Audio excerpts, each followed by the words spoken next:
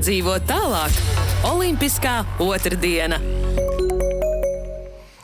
Jā, sveiki otrdienā un sveiki olimpiskajā otrdienā. Jā, tad pirmdienās, otrdienās, trešdienās un ceturtdienās raidījums Kā dzīvot tālāk rādio SVH TV ēterā.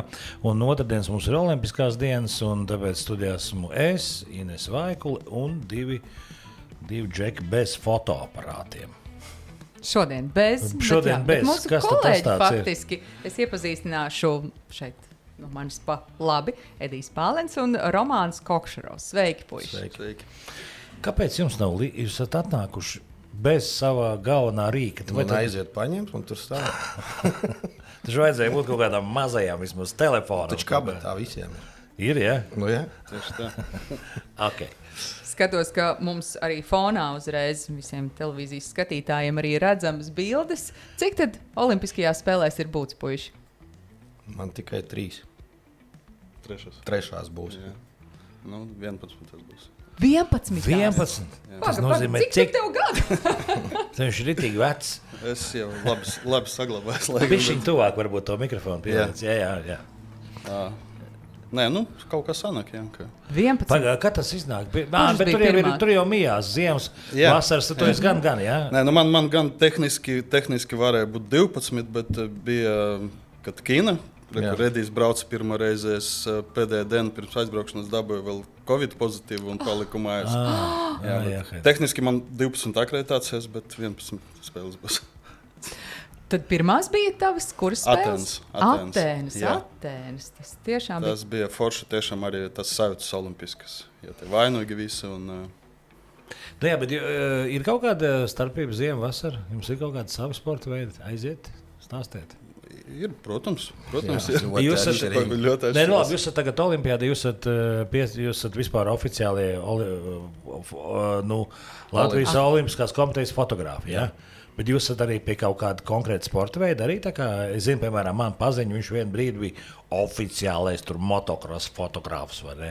Jūs arī esat pie kādas Šajā gadījumā mēs esam piesaistīti konkrētām lokācijām, jo nav iespējams izbraukt. Ne, tas skaits, jā. Jā, bet ikdienā neesam piesaistīti ne pie viena. No, es personīgi ikdienā strādāju ziņu aģentūrā, tātad es visu fotografēju. Tad tev ir vienalga. Jā, principā. Lokācijas jūs jau kaut kā sadalījāt. Kā jūs sadalījāt šos potenciālos pienākumus, kurš izvēlējās kurus? Man liekas, mēs paši neizvēlējāmies. Mums pateica. Piekomandēja. Es būšu visu laiku Cortīnā un Romāns būs Milānā. Jā. Es gan bišķiņ hokeja federāciju, bišķiņ pastum, bet tas nebija galvenais. Edija, esmu redzējis tevi arī daudzos pasaules hokeja čempionātos. Tev tas hokejs varētu būt mazliet sāpīti, ka netiec. Es 14 čempionātos bijis. Visu es redzēju. Maijā aizbraukšu arī uz hokeju. Viss kārtībā. Par to, kāda ir specifika strādājot Olimpiskajās spēlēs. Mēs ar UFO vēl neesam bijuši, bet tie, kas ir bijuši, saka, ka tas ir pilnīgi citādāk nekā būt jebkādā citā sporta notikumā, jo Olimpiskās spēles ar savu vērienu rada arī diezgan lielu haosu. Es domāju, ka Itālijā būs vēl papildus hauss, zinot, kā Itāļi organizē. Es esmu bijis dažos pasākumos, kur Itāļi organizē. Bet izaicinājumi mums kā fotogrāfiem, protams, tas ir milzīgs pasākums. Teiksim, tikai fotogrāfi ir akreditēti 600. Tas ir ziemā. Vasarā ir 1500 fotogrāfi. Mēs tad 3 no Latvijas mēģinam tikt tajās vietās arī pafotogrāfēt mūsu sportistus. Tev būs sarežģīta Renes sporta veidi. Ko tur vispār tajā procesā var nofotografēt? Skaidrs, ka pirms un pēc. Nē, pirms un pēc arī to, kas notiek trases malās. Gan jau būs atbraukuši arī atbalstītāji kādi, ne tikai varbūt vienkāršie skatītāji, bet arī mūsu sportisti, treneri, kuriem tajā laikā nebūs starti. Tā kā to visu ārpus trases arī fotografējam. Kamanās tur jau tikai 1 sekundes simtaļu un viss, un gaida nākamo braucienu. Ja paveic nofotografēt. Nē, bet tu jau vari nostāties tādā vietā, ka tur var Nē, bet tas ir, tu saki, vari nostāties. Kā es teicu, tur būs 500 fotografi, cik būs Renē, es nezinu. Tev ir jāizbrauc, jāizsit vieta. Tās vietas ir iedalītas arī attiecīgi, tā kā kastes tur ir pilnīgi.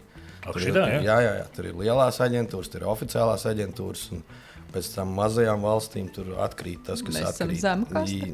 Jā. Un kalpi. Tad tiem atkrīt, kas paliek, tas paliek, un visur ir laicīgi jābūt, tā kā jārezervē vieta. Citos sporta veidos pat notiek lotereja, kur tu izlozē numuriņu, un tad tev tādu vietu iedalīs. Šitā pilnīgi, jā?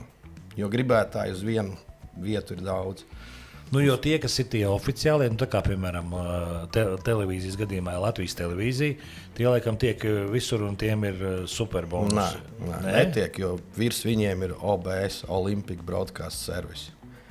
Okay, un tad tur ir arī fotogrāfi atsevišķi, tie filmētāji? Nē, fotogrāfi tur ir. Fotogrāfi ir no lielajām aģentūrām, kā Getty Images, Reuters, AFP, EPA. Kas tur vēl? Jā, pa lielam. Jūs nevarat tur kaut kā iefilmēt? Nē, tas ir viņi maksā par to, lai viņiem būtu tās vietas. Šitā, viņiem pat ir tā, ka, teiksim, viņu fotomenedžers aizbrauc uz slēpošanas trasi jau 2 nedēļas iepriekš. Viņš pastāsta, kur spīdēs, kurā līkumā kāda saule. Tad attiecīgi norezervēs vietas saviem fotogrāfiem tajās konkrētajās vietās, labākajās pozīcijās. Tad jums būs tā teikt pēc pārpalikuma principa bieži vien. Jā. Tā arī ir. Jā. Tā īstenībā tā viss strādā. Pārsvarā visi fotogrāfi. Bet tas, ka jums ir kontakts ar mūsu sportistiem, tas jau noteikti palīdz vismaz tikt pie viņiem. Kā jūs uzturat šo saikni, lai nepalaistu garām šos svarīgos mirkļus? Kā mēs uzturam kontaktus ar sportistiem. Vienkārši mēs viņus, daudzus no viņiem mēs jau labu laiku pazīstam. Tad pasaules.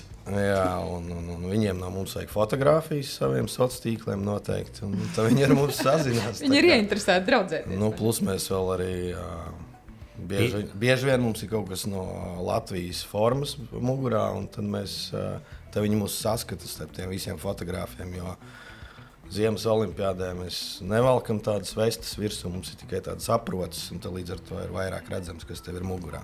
Ja vasarā mums tādas vestes, tad viss ir vienādi.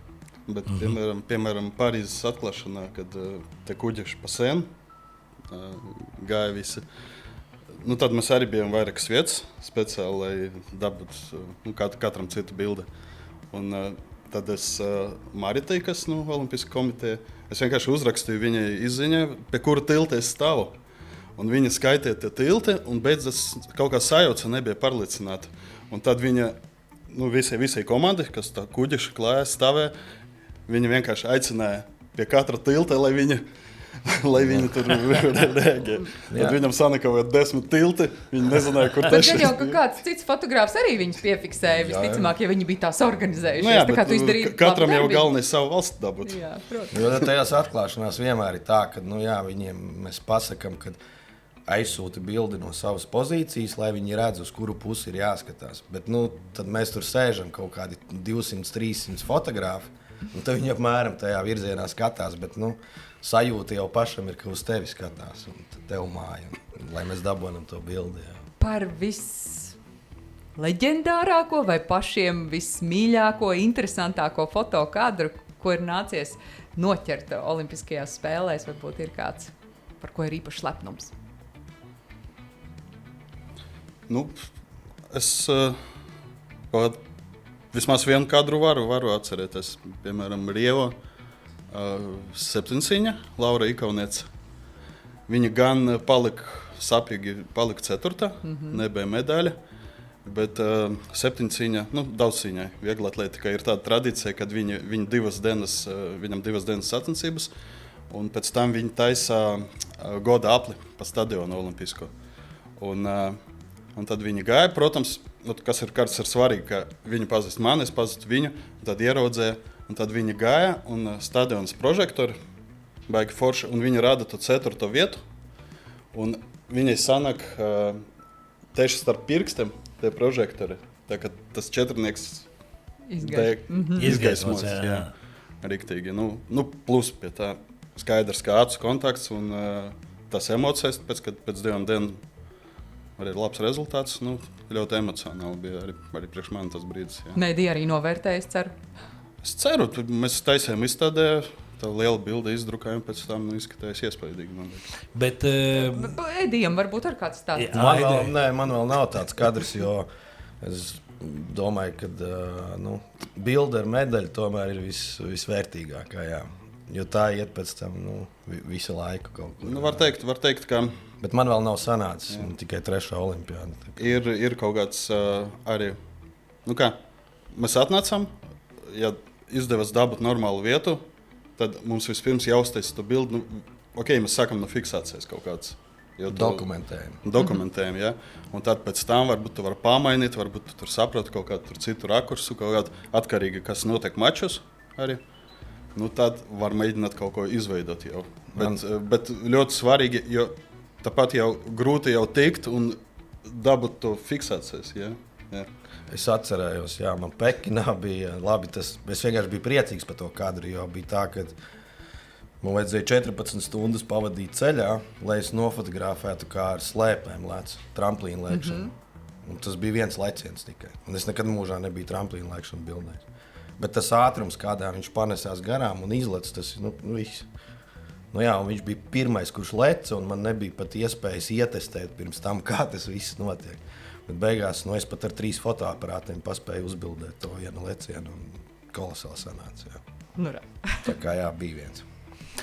Jūs kaut kā savā starpā fotogrāfi, tie, kas ir tie mazie, tie kalpiņi maziņie, kurus nelaiž pie skaistākajiem kadriem.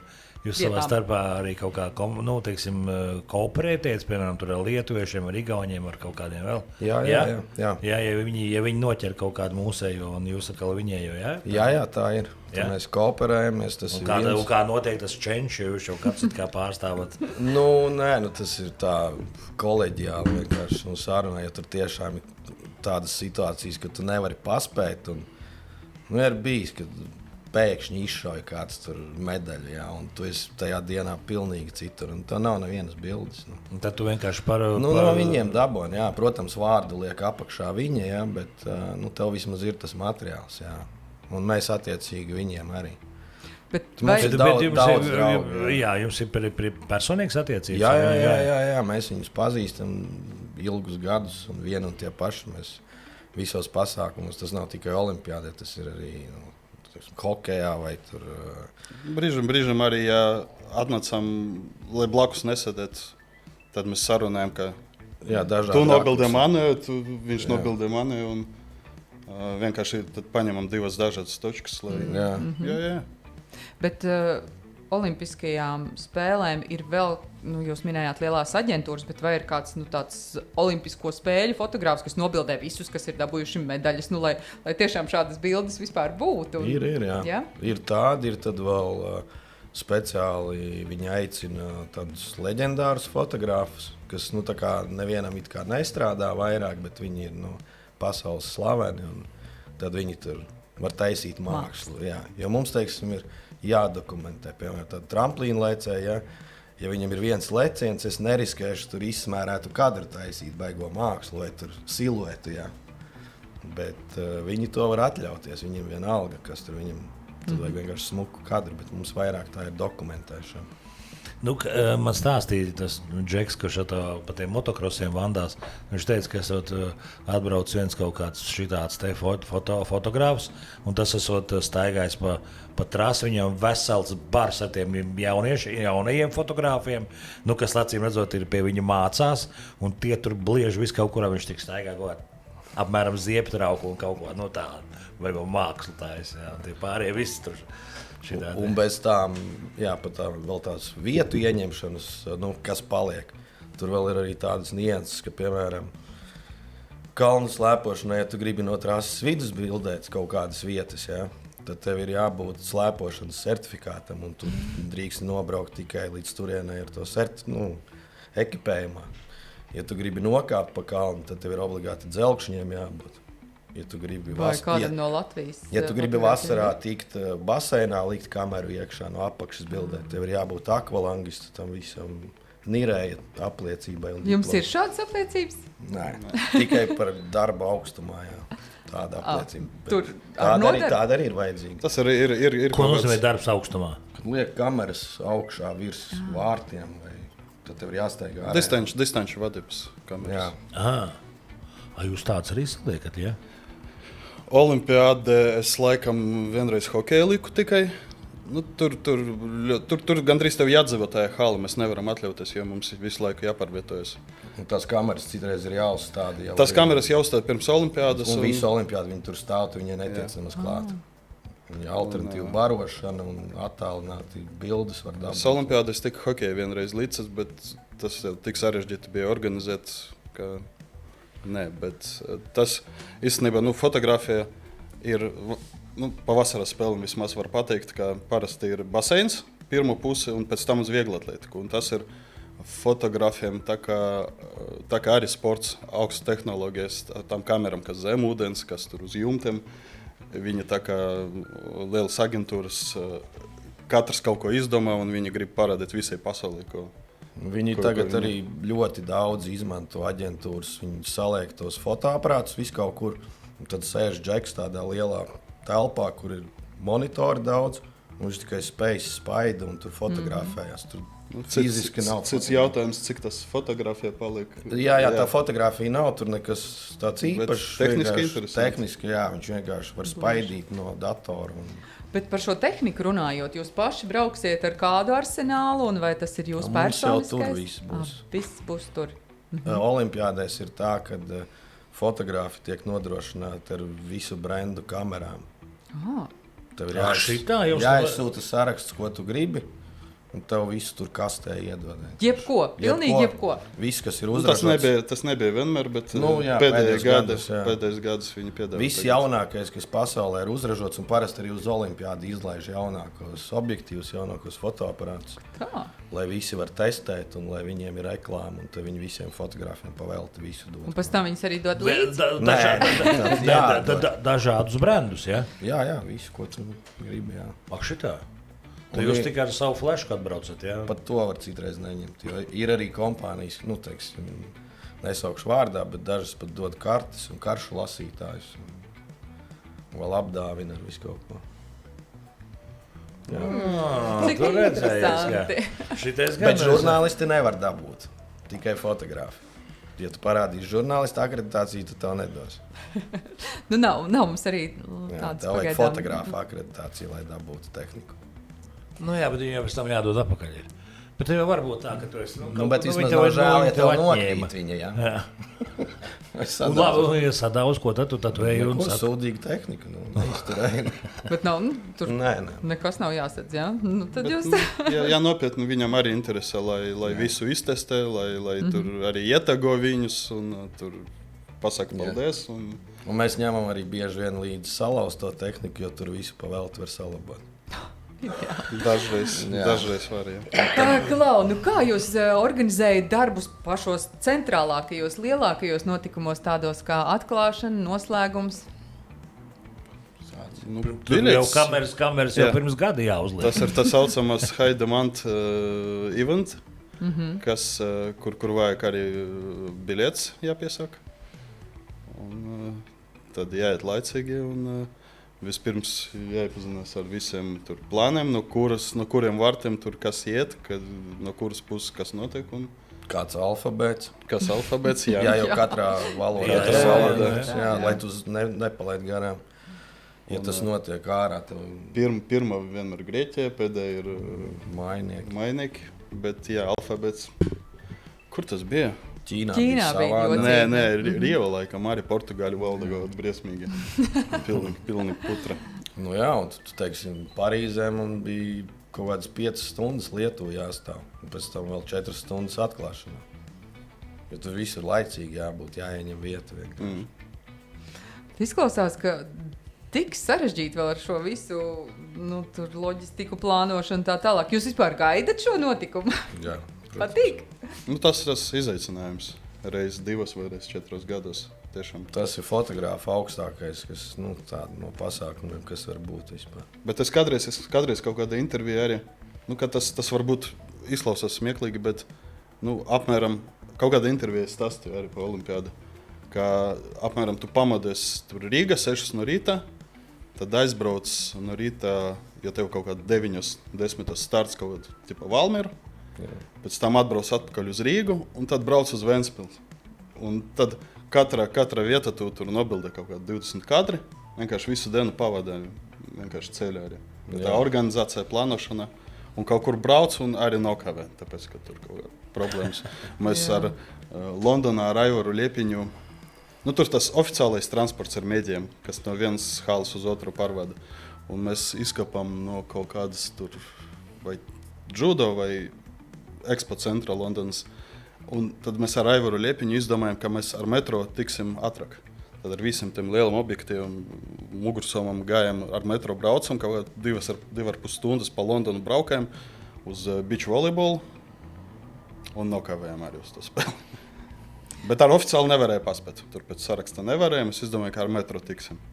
Un tad mēs braukājam pa visu Londonu un nokavējam. Tā arī negadās. Olimpiādas tas grafiks ir tāds, ka tev ir apmēram 4 stundas miegs. Tā diennaktī. Tu neesi ēdis.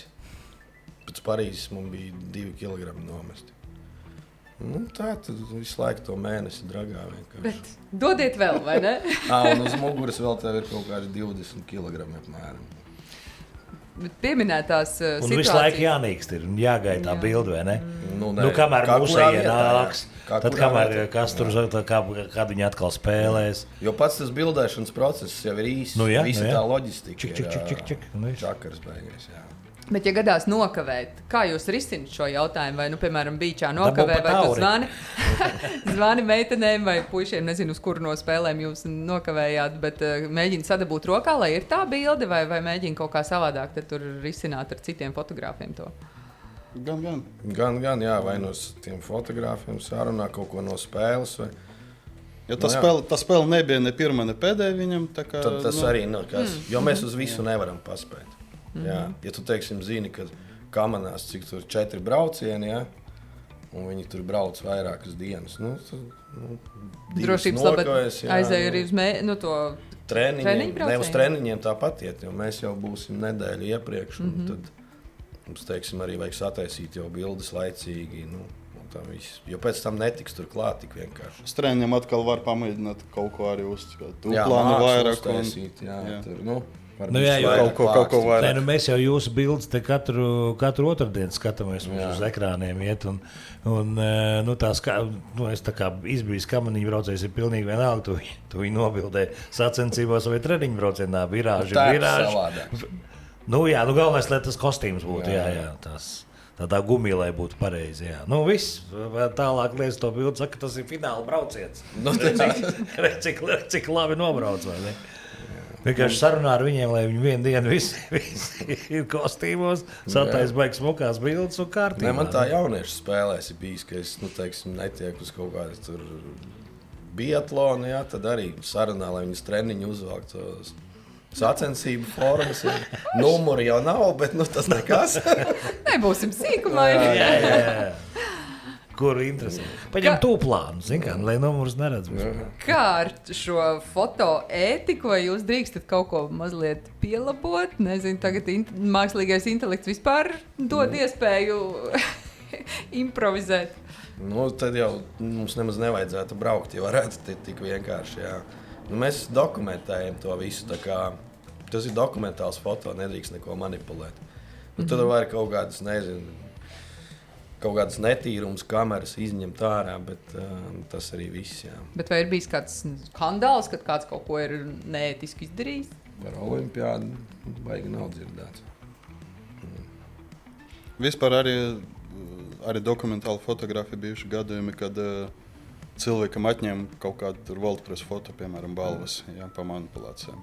Pēc tam prasē parādīt oriģinālu kadru, skaties, ka, kā jūs vispār varbūt pat ne kontekstā ar olimpiskajām spēlēm skatāties uz savas profesijas nākotni, vai jūtat kaut kādu apdraudējumu no tehnoloģijām? Vēl nē. Tas varbūt kaut kādus tur, portāli vai avīzes, kas tur izmanto kaut kādas ilustrācijas, tur jau vajag bildi ar kafijas krūzīti.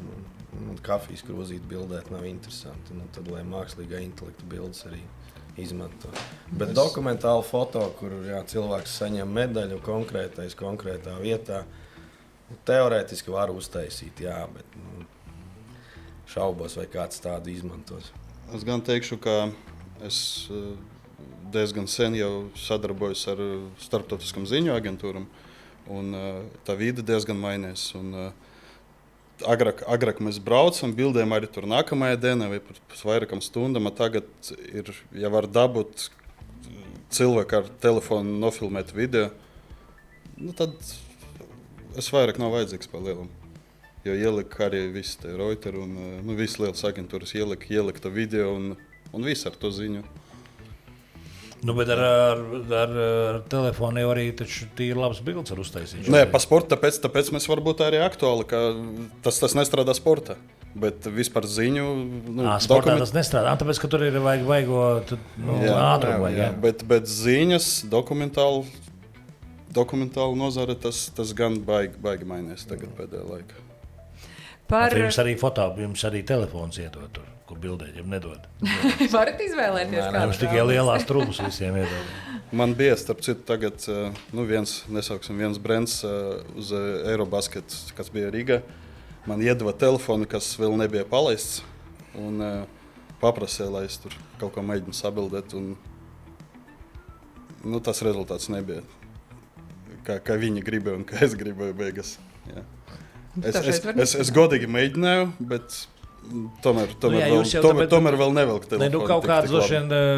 Kaut kādu, ka viņš stāv blakus, tad jau var uztaisīt. Tādu var, bet ja cilvēks laukumā lec skrien, loģiski. Tad ir vajadzīgs tās roras lielās. Tieši tā.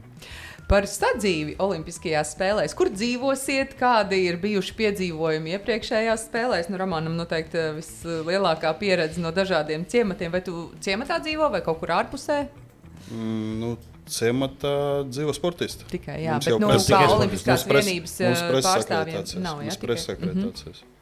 Un kā jūs to risināt, to jautājumu? Jums Olimpiskā komiteja nodrošina dzīvošanu? Šoreiz jā, cits reizes savādāk, jā, bet, Mēs dzīvojam parasti mēģinam tā, lai tuvāk tam galvenajam preses centram, kur ir galvenais satiksmes mezgls, tā kā galapunkts.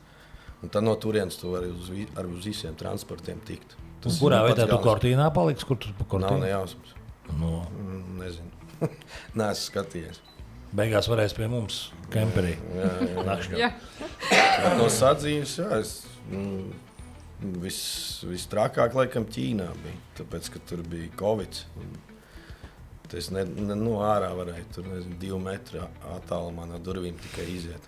No rīta savāc, aizved uz kurieni vajag un vakarā atpakaļ. Bet no otras puses, mazāk pašam tur jārūpējās par kaut kādu skriešanu. Nē, vienkārši tas, ka tu nevarēji elementāri pat uz veikalu aiziet vai ko. Tur visu laiku tas ieslēgts istabā. Jā. Roman, kāda tev stāstiņa no Olimpiskajām spēlēm? Es tagad tieši atceros, mums ir Slovāku fotogrāfs, ļoti labs draugs jau sen. Kad es viņu satiku, kad es netiku uz to Pekinu, jā. Tad viņam stāstu, kā man tur gāja, ka es sūdzējos, ka es mājās tur paliku. Viņš teica, ka esmu laimīgs, ka es neaizbraucu. Ja bija tik slikti, ka labāk vajadzēja mājās palikt. Tajā Ķīnā, iedomājies, tā istaba, un tev nav pat radiatori. Tu atnāc tur visu dienu, tu esi noņēmies pa to kalnu, drēbes slapjas, zābaki slapji, tev nav kur pat izžāvēt, jā. Kaut ko naktī ēst gribās, uzsildīt arī nav kur. Tad tur praktiskais latvietis. Zābakus ventilācijā iekšā, ēdienu zem karsta ūdens izlietnē uzsildīt un visu, un tā tu mēnesi dzīvo. Forši. Jā, forši. Baigi labi. Tā kā kemperī. Kemperī ir krietni labāk. Labi, mums reklāma. Mēs esam aizmirsuši reklāmu. Aizrunājāmies. Reklāmu un tad pēc dažām minūtēm turpināsim.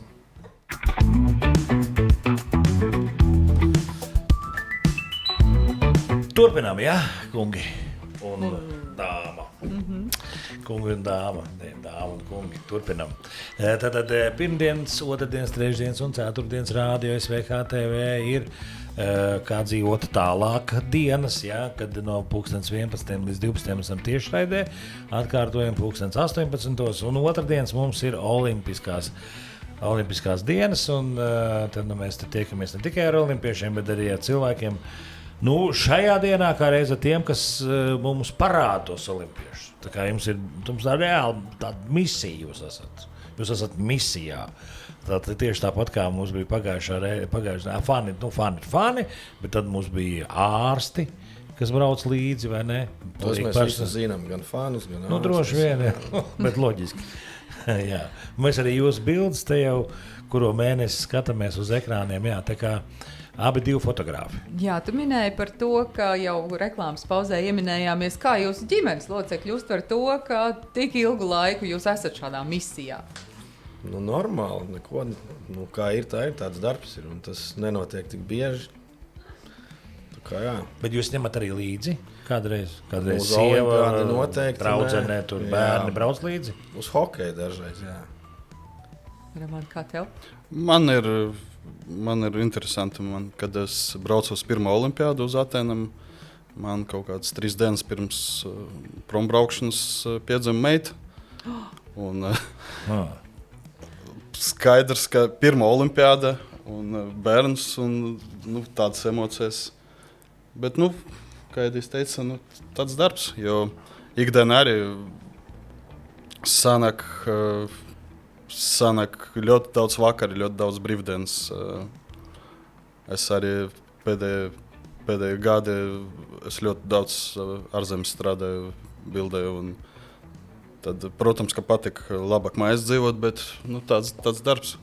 Tas nozīmē to, ka jūs arī rekrutējat arī kaut kādas ārzemju aģentūras. Viņš skatās, ka šitais džeks baigi labi blēž. Es strādāju dažiem ārzemju lieliem klientiem. Nopietni, jā? Es ķīniešiem strādāju. Kaut kas traks. Romāniskam, frančiem. Viss kaut vāciešiem. Un uz kurien tu braukā, tad tie arī lielie sporta notikumi? Jā. Jā. Latvija kādreiz arī ņem no ārzemēm kādus fotogrāfus, piemēram, piesaist kaut kādam pasākumam. Tā kā tie ķīnieši vai franči jūs, tad... Tagad bija tas Eirobaskets, tad tur visa komanda pārsvarā bija no ārzemēm. Jā. Latvieši tur viens laikam tikai bija. Arī nebija. Bet jūs taču arī strādājāt, ne? Mēs strādājam, jā, bet mēs ne priekš FIBAS. Mēs paši savu. Mums pašiem ar UFO ir liela grāmata ar to, ko mēs drīkstēsim un nedrīkstēsim darīt. Mums tā akreditācija arī līdzīgi pa kastām sadalīta diezgan tādā zemā līmenī. Kas ir tas, ko jūs drīkstat un nedrīkstat darīt kā fotogrāfi? Kādi varbūt ir jūsu ētikas vai pavisam konkrēti tie limiti, ierobežojumi, kas nekādā gadījumā nedrīkst parādīties? Redīs, kā man trasa nevarēs pludmales čibus staigāt. Jā, noteikumus itāļu kopiju pēst, vienkārši ielikuši no vasaras olimpiādas noteikumus. Nedrīkstēs šļapkās un šortos būt. Tad ir obligāti jāpaņem līdzi. Jā. Šitas jāatcerās. Ir jāpaņem līdzi un jāaiziet. Bet smieklīgi, man vienreiz neielaida Olimpiskajā stadionā Stoinfield uz čepmešanu. Pēc tam man bija sandālis bez zeķiem, tāds atklāts. Man neielaida vienreiz. Sandālis bez zeķiem? Jā. Judo tas pats ir. Judo arī nedrīkst. Viņam kaut kāda etikas, kaut kāda noteikumi. Tāpat kā judo treneri nedrīkst būt šortos, viņiem ir jābūt biksēs obligāti. Tad jums ir tāds dress kods, bet, piemēram, par pašiem kadriem, vai jums ir kaut kādi nosacījumi, nezinu, tur nedrīkst, kad ēd vai nedrīkst? Ja tur kāds nositīsies, nebildēs, protams. Varbūt nobildē, bet nepublicē. Jā, nobildēs. Reku mūs, piemēram, instruēja, kad mēs, piemēram, nedrīkstam. Tā kā mēs nedrīkstam vispār intervēt vai vēl kaut ko taisīt, kaut kādu interviju, ja fonā ir kaut kāda olimpiskā būve. Tas jā, bet mums ir savādāk. Mums ir, tas ir viņu gadījumā, tas saistīts ar tiesībām, kas nopirka televīzijas raidtiesībām. Mums savukārt ir tas ierobežojums, varētu būt uz tām zonām kaut kādām, tur, teiksim, tur, kur intervē sportistus, tur mēs nedrīkstam, piemēram, bildēt. Nu, tur varbūt kaut kādās vietās var, bet ir tādas vietas arī, kur nevar. Bet, piemēram, ciematā jūs tiekat, jūs varat kaut ko Nē, bildēt? Speciāla ekskursija. Tikai Ekskursija, jā. Tāpēc mēs arī nedēļu iepriekš braucam, jo tad būs iespēja tikt iekšā tur vienu dienu, ne vai divas. Agrāk gan varēja pieteikties gandrīz jebkura dienēta vai kaut kāda intervija vai kāda bilde uztaisīt, bet tagad, sakot, pēc Covid noteikti ļoti sarežģīti. Labi, un kurš no sportistiem ir pats lielākais kretīns, labi, ne no esošajiem, nesauksim, bet tie, kas ir bijušie, kuri jūs vienkārši triec projām? Taču tā ir. Ik pa brīdim dzirdēju, ka šitais negrib nevienā brīdī runāt ar žurnālistiem un kaut ko, es tā esmu dzirdējis. Ar fotogrāfiem kā ir? Zini, tas atkarīgs arī No jo bijuši gadījumi, kad faktiski bija arī ierakstīts kādreiz, ka viņam jārunā, bet viņš aiziet prom. Un, pēc tam nākamajā dienā iedomājas un atnāc un izrunā normāli.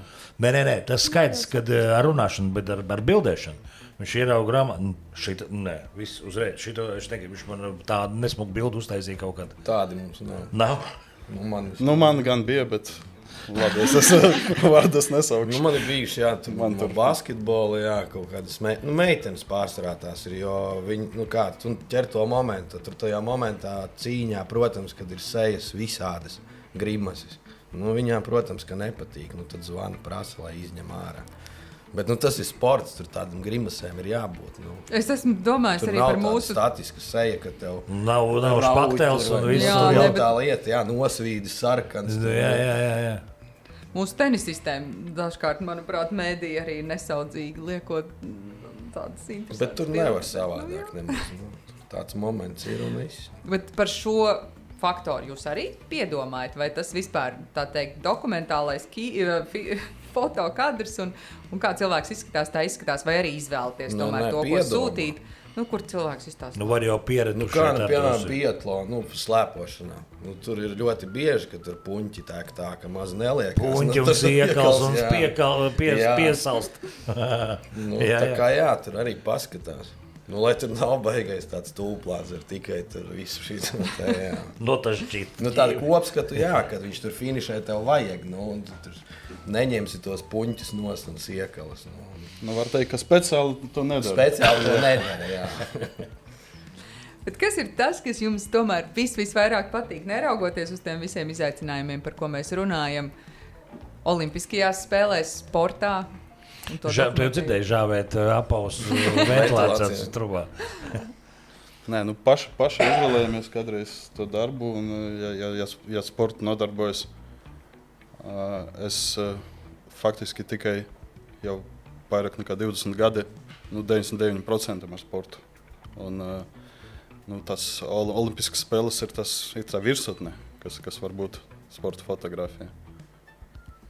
Tā kā man ļoti svarīgi ir tas, ka es saglabāju to visu vēsturē, un ka būs tās bildes ar tiem mūsu sportistiem. Lai varbūt kādās spēlēs neiet tik labi, citās varbūt ies labāk. Vienkārši viņi daļa no vēstures, mūsu cilvēki, mūsu sportisti.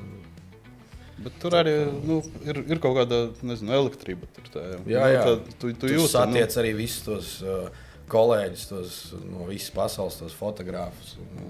Gan tādus, ko tu jau gadiem pazīsti, gan arī kādu leģendāru fotografu, kur tu bildes esi kaut kur redzējis, un tur tu viņu satiec dabā un redzi, kā viņš fotografē. Bet, kad ir tā dzirkstelīte un tie vārti, tā medaļa, tā sekundes simdaļa, vai tās paša emocijas, arī kaut kāds iekšējā līdzjutēja prieks nenorauj to spēju strādāt tajā brīdī? Rokas trīc bišķi, tajā brīdī, bet ir tā misijas apziņa, ka tas ir jāpaveic. Tev jāizdara, un tad iekšēji, protams, adrenalīns, ka tu esi dabūjis to zelta. Viņiem ir tikla, viņiem iedod jaunāko tehniku, viņi var vienkārši šitā kratīties, un tur būs normāls bildes, vai ne? Jā. Nē, tad man ir droši vien viens no pēdējiem jautājumiem mums šajā raidījumā. Kā jūs vispār nokļuvāt tajā sporta foto? Tas tā apzināti jau no bērnības, jau patika, tur baigais ar foto nogājis, fotopulciņu Un tad izdomāju, ka tas sports ir tas tā pēkšņi nejauši kaut kā. Tas tik šausmīgi sen tas viss bija, ka es vēl kopš bērnu gadiem kaut kādiem es vēl bildēju uz filmiņam un kopēju vannas istabā ar sensu. Tad tu esi vēl Jā, bet es jau diezgan vecumu, jā. Jā.